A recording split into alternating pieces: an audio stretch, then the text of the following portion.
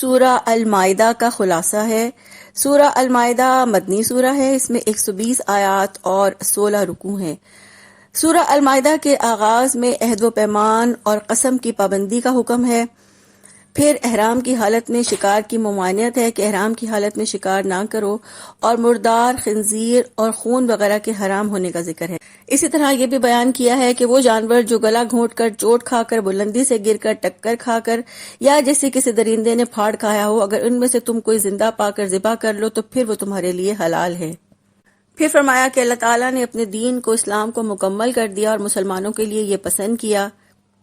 پھر فرمایا کہ قسمت کا حال ناجائز طریقے سے معلوم کرنا منع ہے، فعل ناجائز ہے۔ پھر فرمایا کہ مسلمان بحالت مجبوری اگر کوئی حرام شے کھا لے اور اس کی نیت گناہ کی نہ ہو تو اللہ معاف کرنے والا ہے۔ پھر فرمایا کہ نیکی اور تقوی میں ایک دوسرے کی مدد کرو اور گناہ اور زیادتی کے کاموں میں ایک دوسرے کی مدد نہ کرو۔ پھر فرمایا کہ شکار زندہ حالت میں ملے تو اللہ کا نام لے کر ذبح کر لو، اور فرمایا کہ اہل کتاب کا کھانا مسلمانوں کے لیے حلال ہے، اہل کتاب کی پاک دامن عورتیں حلال ہیں بشرطے تم ان کو مہر دے کر ان سے نکاح کرو۔ پھر وضو کے فرائض اور مسائل بتائے ہیں اور مجبوری میں تیمم کی اجازت بھی دی ہے۔ اس کے بعد گواہی دینے کا بھی حکم آتا ہے تاکہ عدل قائم رہے، توکل کرنے کا حکم ہے۔ پھر موسیٰ علیہ السلام کی دعوت اور جہاد کا ذکر ہے کہ یہودیوں نے کس طرح سے ہیلے بہانے کیے اور یہاں تک کہہ دیا کہ اے موسیٰ تم اور تمہارا رب دونوں جاؤ اور لڑو، ہم یہاں بیٹھے ہیں۔ ان کی بزدلی کی مذمت کی گئی ہے۔ پھر فرمایا کہ عدل کرو اگرچہ مقابل تمہارا دشمن ہی کیوں نہ ہو، اور اللہ سے ڈرتے رہو، اللہ تمہارے ہر عمل سے واقف ہے۔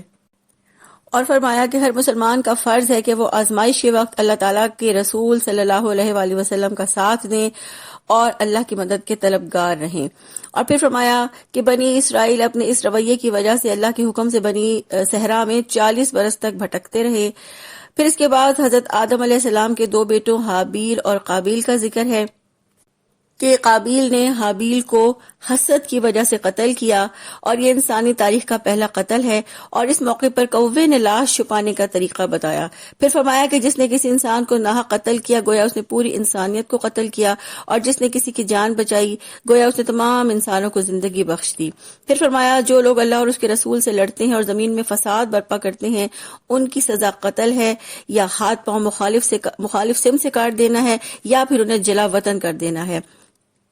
پھر اس کے بعد چوری کی سزا کا بیان ہے کہ چور مرد ہو یا عورت اس کے ہاتھ کاٹ ڈالو۔ پھر اس کے بعد یہودیوں کی شرارتوں اور بدعمالیوں کا ذکر ہے، اور مسلمانوں سے کہا گیا کہ وہ ایسے بد عمل اہل کتاب کی طرح نہ بنے ورنہ ان کا حشر بھی وہی ہوگا جو یہودیوں کا ہے۔ اور پھر فرمایا کہ دین کو قائم رکھنا مسلمانوں کا اولین فریضہ ہے۔ پھر اس کے بعد قصاص کا ذکر ہے کہ جان کے بدلے جان، آنکھ کے بدلے آنکھ، ناک کے بدلے ناک اور کان کے بدلے کان ہی ہوگا۔ اسی طرح دوسرے اعضاء اور زخموں کا بھی بدلہ ہوگا۔ پھر حضرت عیسیٰ علیہ السلام کا ذکر ہے کہ انہوں نے تورات کی تصدیق کی، اور فرمایا کہ انجیل میں ہدایت اور روشنی تھی، اور فرمایا کہ اپنی کتاب پر وہ عمل کریں تاکہ ان کو اس کا اچھا بدلہ ملے۔ پھر فرمایا کہ قرآن بھی اگلی کتابوں کی تصدیق کرتا ہے۔ پھر حکم ہے کہ نیکیوں کو حاصل کرو اور کافروں کی مرضی پر نہ چلو۔ یہود و نصارہ سے دوستی کرنے کو منع کیا گیا ہے کیونکہ دوسری خرابیوں کے علاوہ ان کی صحبت بھی بری ہے اور وہ تمہیں اپنے جیسا بنا لیں گے۔ پھر فرمایا کہ منافقین اور کفار دنیا میں فساد پھیلانے کی کوشش کر رہے ہیں، اللہ فساد کرنے والوں کو پسند نہیں کرتا، اور جب کبھی منافقین اور کفار دنیا میں جنگ کی آگ بھڑکاتے ہیں اللہ اس کو ٹھنڈا کرتا ہے، اور منافقین کے لیے سخت سزا ہے۔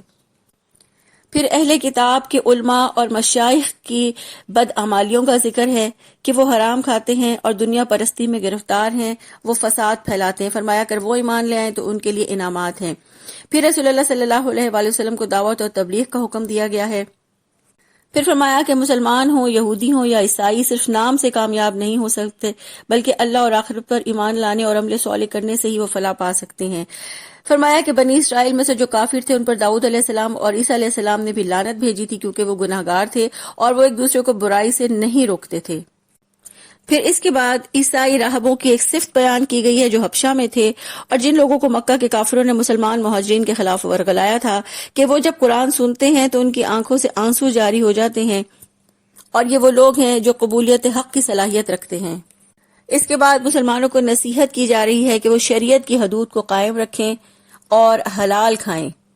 فرمایا کہ اے ایمان والو، جو پاک چیزیں تمہارے لیے اللہ نے حلال کی ہیں انہیں خود پر حرام نہ کرو اور حد سے تجاوز نہ کرو، اللہ تعالیٰ کے مقرر کردہ حدود میں تبدیلی نہ کرو۔ پھر فرمایا کہ اپنی قسموں کی حفاظت کرو اور اگر قسم توڑ دو تو اس کا کفارہ ادا کرو، اور کفارہ صبح شام 10 مسکینوں کو کھانا کھلانا یا انہیں کپڑے دینا یا ایک غلام آزاد کرنا یا 3 روزے رکھنا ہے۔ پھر فرمایا کہ شراب اور جوا یہ گندے شیطانی کام ہیں، لہٰذا ان سے لازماً بچو۔ پھر فرمایا کہ احرام کی حالت میں سمندر کا شکار حلال ہے۔ پھر حج اور قربانی کا بیان ہے۔ پھر فرمایا کہ اے لوگوں جو ایمان لائے ہو، اپنی فکر کرو، کسی دوسرے کی گمراہی سے تمہارا کچھ نہیں بگڑتا اگر تم راہ راست پر ہو۔ پھر فرمایا کہ وصیت کرتے وقت 2 گواہ مقرر کر لو۔ پھر اس کے بعد قیامت اور اس کی ہولناکی کا ذکر ہے، اور یہ سبق ہے کہ آخرت میں فلاح کی تمنا ہے تو اللہ اور اس کے رسول کی اطاعت کرو۔ پھر فرمایا حضرت عیسیٰ علیہ السلام نہ خدا تھے نہ خدا کے بیٹے تھے، وہ بشر اور اللہ کے رسول تھے، اور معجزے کے طور پر اللہ تعالیٰ نے سب سے پہلے ان سے گہوارے میں بات کروائی اور پھر ان کو کچھ معجزات دیے کہ وہ اندھے اور کوڑھی کو اچھا کر دیتے تھے، مردوں کو اللہ کے حکم سے زندہ کرتے تھے۔ پھر فرمایا کہ روز قیامت اللہ تعالیٰ تمام انبیاء کرام سے سوال فرمائے گا کہ دنیا نے تمہاری دعوت کا کیا حق ادا کیا، تو وہ عرض کریں گے کہ اللہ تعالیٰ آپ ہی تمام پوشیدہ حقیقتوں سے واقف ہیں، ہم اس کا علم نہیں رکھتے۔ پھر فرمایا کہ اللہ تعالیٰ جب حضرت عیسیٰ علیہ السلام سے یہ سوال فرمائے گا تو وہ جواب میں عرض کریں گے کہ میں نے تو اس کے سوا کچھ نہیں کہا جس کا آپ نے مجھے حکم دیا تھا، میں نے کسی سے نہیں کہا کہ مجھے اور میری ماں کو خدا بنا لو، میں تو یہی کہتا رہا کہ اللہ تعالیٰ ہی معبود برحق ہے جو میرا اور تمہارا رب ہے۔ پھر فرمایا کہ سچے لوگوں کو ان کی سچائی فائدہ دے گی اور سچے لوگوں کے لیے جنت کی نعمتوں کی بشارت ہے۔ یہ تھا سورہ المائدہ کا خلاصہ۔ آج کی حدیث ہے، حضرت سراقہ بن مالک رضی اللہ عنہ سے روایت ہے کہ رسول اللہ صلی اللہ علیہ وآلہ وسلم نے فرمایا، کیا میں تمہیں اہل جنت کے بارے میں نہ بتلاؤں؟ وہ مغلوب اور ضعیف قسم کے لوگ ہیں اور بدمزاج، اکڑوں اور متکبر لوگ جہنم میں ہیں۔ سبحانک اللہم و بحمدک، نشہد ان لا الہ الا انت، نستغفرک و نتوب الیک۔ السلام علیکم ورحمۃ اللہ وبرکاتہ۔